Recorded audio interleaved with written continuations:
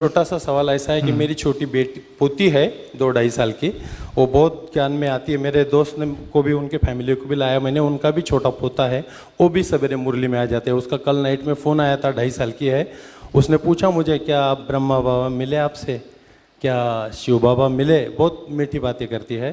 तो उसके बारे में भी, मैं तो बुजुर्ग हूँ, पोते के बारे में तो बाबा दादा लोग सोचती है, तो उसका क्या होगा? ऐसी इतनी छोटी है वो, विनाश के टाइम। बहुत अच्छा आपने प्रश्न किया है।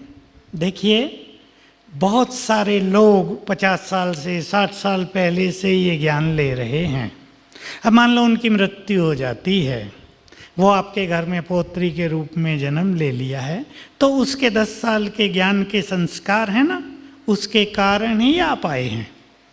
उसको आपके घर में भेजा ही इसलिए गया कि आपको इधर लाना था, ये गॉडली प्लान था।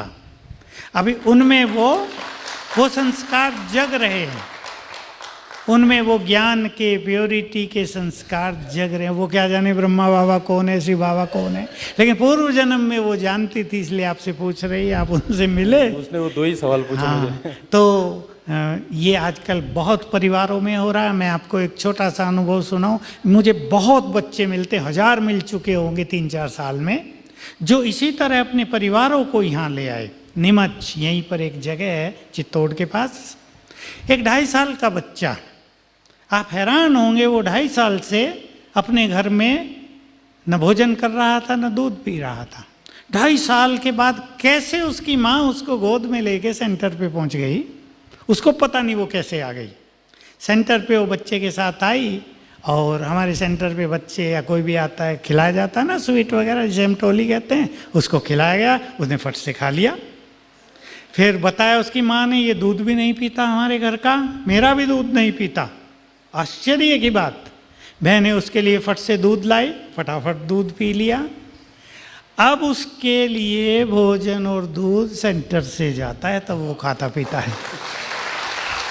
इसका कारण यही है कि वो इतनी पवित्र आत्मा थी पूर्व जन्म की कि वो और किसी के घर का भोजन स्वीकार ही नहीं कर सकते। 2.5 साल आप सोच लो, एक बच्चा कुछ नहीं खा पी रहा है, माँ बाप चिंतित हो रहे हैं, डॉक्टरों को दिखा रहे हैं, क्या हो गया हमारे बच्चे को। कुछ हुआ नहीं था, उसकी जो प्योर एनर्जी थी वो उसको जीवित रखे हुए थी।